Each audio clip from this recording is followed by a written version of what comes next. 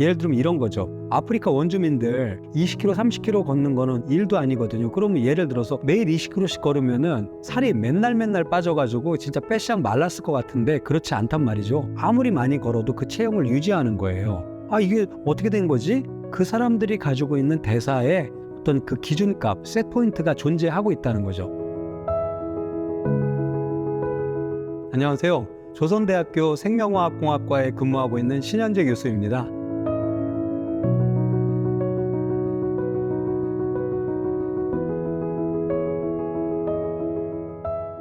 여러분들이 물어보시는 것 중에 하나가 효소는 어디다가 도대체 쓰는 겁니까? 이거 먹는 거 말고 뭐가 있나요? 이렇게 많이 물어보시는데요. 사실은 효소는 우리가 생각하는 것 이상 많이 쓰이고 있어요. 한번 주변부터 먼저 한번 볼까요? 세탁기 앞에 세제 있으시잖아요.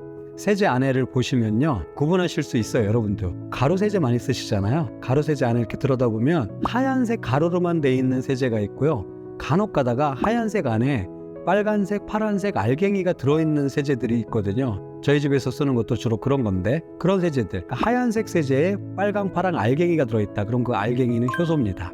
그런 것들이 있고요.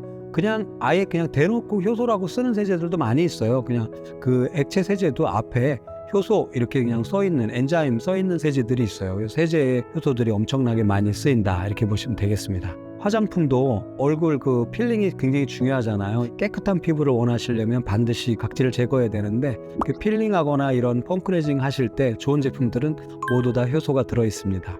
우리는 모르지만 안에 효소가 있어서 그렇게 각질 제거에 또 도움을 주죠. 의약품에는 뭐 여러 그 소화제뿐만 아니라 관절염 치료제라든지 진통제라든지 이런 제품들에 효소들이 다 들어가게 되죠. 그 병원 가면 저희가 이제 피를 뽑아서 검사를 하잖아요. 나중에 혈액 검사라 그래가지고 종이가 하나 나와요. 거기 보면은 무슨 뭐 간 수치 그래가지고 GPT, 뭐 GOT 뭐 그런 것부터 시작해서 염증 수치가 쭉 써 있거든요. 그 피 검사의 내용, 우리 간이 안 좋다, 어디에 염증이 있다, 그걸 어떻게 알 수 있을까요? 간에 특별히 필요한 부분들을 조사하는 효소와 반응을 시켜서 그 수치를 만들어내는 겁니다. 그래서 보통 그걸 생화학 분석기라고 하는데요. 모든 생화학 분석기에는 다 효소가 들어가 있죠. 저녁 때 야구 보면서 뭐 축구 보면서 치킨 시켜 먹는 거 좋아하시죠? 치킨, 닭이잖아요. 닭. 그 닭을 그렇게 키우려면 사료를 쓰게 되는데요. 그 사료에 빠른 시간 안에 그 체중을 늘리기 위한 증체의 그 원료로 효소가 많이 쓰입니다. 그래서 모든 그 동물 사료에는 소, 돼지를 비롯한 모든 닭 사료에는 효소가 많이 들어가고 있죠. 버스 타시면 요즘 바이오 연료다 그래가지고 뭐 바이오 디젤, 바이오 에탄올 해가지고 뭐 친환경 연료 막 그런 버스 돌아다니잖아요. 뭐 무슨 매연가스 안 나온다고. 바이오 디젤을 만들려면 효소가 필요하고요, 바이오 연료를 만드는데도 효소가 꼭 필요합니다. 그것뿐만인가요? 우리가 지금 코로나를 치료하기 위해서 여러 가지 좋은 백신들이 만들어졌는데 그 연구의 과정들이 효소가 없으면 이루어질 수 없다는 것도 또 효소가 중요한 역할을 하는 것이죠. 예전부터 뭐 막걸리가 좋으니 와인이 좋으니 뭐 여러 가지 뭐 사케의 맛이 어떠니 뭐 원료가 어떠니 여러 가지 얘기가 있지만, 그 본질적인 요소 탄수화물을 분해하고 분해한 탄수화물을 알코올로 산화시켜서 발효시키는 그 전통의 그 발효주의 모든 과정이 효소가 없으면 단 한순간도 가능하지 않습니다. 또 다이어트는 어떤가요? 신진대사를 올리는 일들, 그리고 몸에서 불필요한 독소를 빼는 일들, 그리고 대사를 조절함으로써 호르몬을 정상으로 만들어서 우리 몸 스스로가 체중을 유지하게끔 만드는 모든 일들이 효소의 역할인 것입니다. 사실 이 다이어트는 겉으로 보기에는 그냥 뭐 살을 빼고 체형을 유지시켜주는 거지만 그 안을 들어가 보면 건강의 척도입니다. 그래서 우리 몸은 우리 체중을, 우리의 몸의 형태를 일정하게 유지하려고 하는 그 경향이 있거든요. 셋포인트를 만들려고 해요. 그래서 이 셋포인트를 되돌리려고 하는 그 노력들이 좀 어려운 건데요. 예를 들어서 지금 어느 정도 이제 살이 쪄 있는 상태라 그러면 몸은 그거를 셋포인트로 알고 있거든요. 그게 오랫동안 유지가 됐으면요. 그렇기 때문에 우리가 뭐 노력을 해서 살을 빼잖아요. 그럼 다시 원래대로 오려고 그래요. 그 셋포인트. 그러니까 그 셋포인트를 바꿔야 되는 거죠. 그러면 살이 찌더라도 자동적으로 살이 빠지게 됐어요. 그래서 실제로 그 원주민들 따라다니면서 연구해본 여러 그 박사님들이 굉장히 재미난 연구를 많이 했어요. 예를 들면 이런 거죠. 아프리카 원주민들 아침에 일어나서 먹이를 찾아서 돌아다니잖아요. 그러면 뭐 20km, 30km 걷는 거는 일도 아니거든요. 그러면 예를 들어서 그런 사람들 매일 20km씩 걸으면은 살이 맨날 빠져가지고 진짜 빼싹 말랐을 것 같은데 그렇지 않단 말이죠. 그 원주민들도 보면요, 각 사람마다 어느 정도 일정 체형이 있는데 아무리 많이 걸어도 그 체형을 유지하는 거예요. 그걸 알게 됐어요. 아, 이게 어떻게 된 거지? 그 사람들이 가지고 있는 대사에 어떤 그 기준값, 셋 포인트가 존재하고 있다는 거죠. 근데 그런 사람들이 먹는 걸 바꾸잖아요. 자기가 먹던 거를, 새로운 거를 많이 먹게 되면 그 셋 포인트가 변경되는 거죠. 그래서 먹는 거를 바꾸지 않고 생활 습관이 일정한 상태에서 지금의 자기 상태가 만족스럽다, 그러면 그게 셋 포인트가 되는 것이고요. 만약에 여기서 좀 더 아름다운 몸으로 가고 싶다 그러면 두 가지를 변경하셔야 돼요. 음식을 바꾸시고, 그리고 어떤 활동, 그런 부분들 두 개를 바꾸셔야 되는데, 둘 중에서 뭐가 더 중요하냐 말씀드리자면 그런 음식입니다. 우리가 움직여서 쓰는 칼로리는 정해져 있어요. 아무리 많이 걸어도 그 칼로리 이상을 소모 못하게 돼 있어요. 왜? 만약에 소모하게 되면 우리 생명이 위험하게 될 수도 있으니까 우리 몸은 특정한 조건 이상에서는 칼로리 소모를 억제하게 몸이 구성되어 있거든요. 반면에 옛날부터 우리는 공룡 따라다니다가 언제 죽을 줄 모르는 몸이었기 때문에 조금이라도 먹을 게 있으면 빨리 지방으로 만들어 놓으려고 하는 경향이 강해요, 우리 몸이. 그래서 뭐를 먹어도 필요한 만큼만 딱 쓰고 나머지는 다 지방으로 다 쟁여놓거든요. 이쪽 팔, 허리둘레, 엉덩이 이런 데다 다 쟁여놓는단 말이죠. 그게 원리예요. 그러다 보니까 효소 다이어트는 그 신진대사의 그 셋 포인트를 좀 변경시켜주는 그런 원리를 가지고 구성이 돼 있단 말이죠. 그래서 효소를 가지고 다이어트를 많은 제품들이 나와 있는데 저희 제품을 비롯해서 그런 제품들의 원리다, 이렇게 보시면 되겠습니다.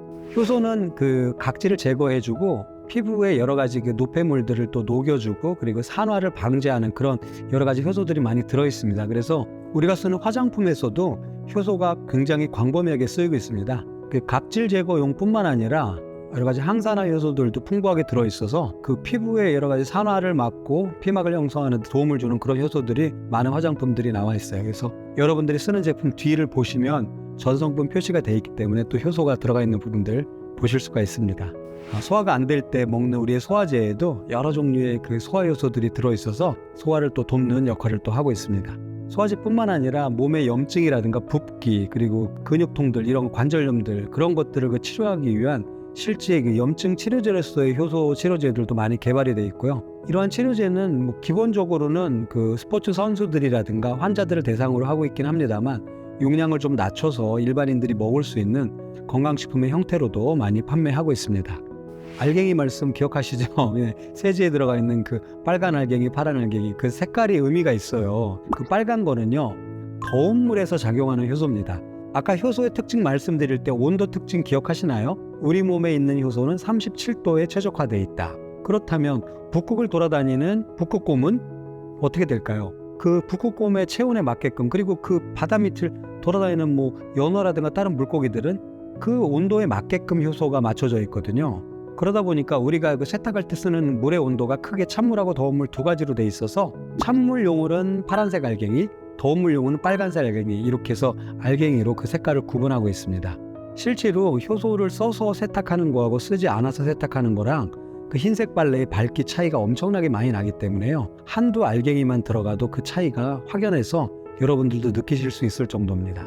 저도 사실 오늘 청바지를 입고 있긴 합니다만, 여러분들이 입고 있는 그 청바지들, 그리고 여러 가지 그 옷에 염색이 돼 있는 그런 섬유들 보시면 색깔 물이 아주 그 이쁘게 빠진 것들 선호하시잖아요. 그냥 완전히 파란 것보다도 색이 잘 빠진 옷들 선호하시죠. 그 색을 어떻게 뺄까요? 네, 전부 다 효소를 이용해서 뺍니다. 그래서 좋은 청바지들 보통 이제 스톤워시라고 그러는데, 그건 역사적으로 옛날에 그 색을 뺄 때 아주 뜨거운 돌을 호주머니에 넣고 빨래판을 돌려서 그 돌로 뺀다 그래서 스톤워시인데, 사실은 그 스톤워시의 색깔은 요즘은 효소의 양을 조절해서 빼고 있습니다. 그리고 우리가 실을 짜면 그 섬유가 돼서 그 긴 섬유 위에다가 그림을 그린 다음에 그림대로 칼질을 해서 옷 모양을 만들어서 바느질을 하잖아요.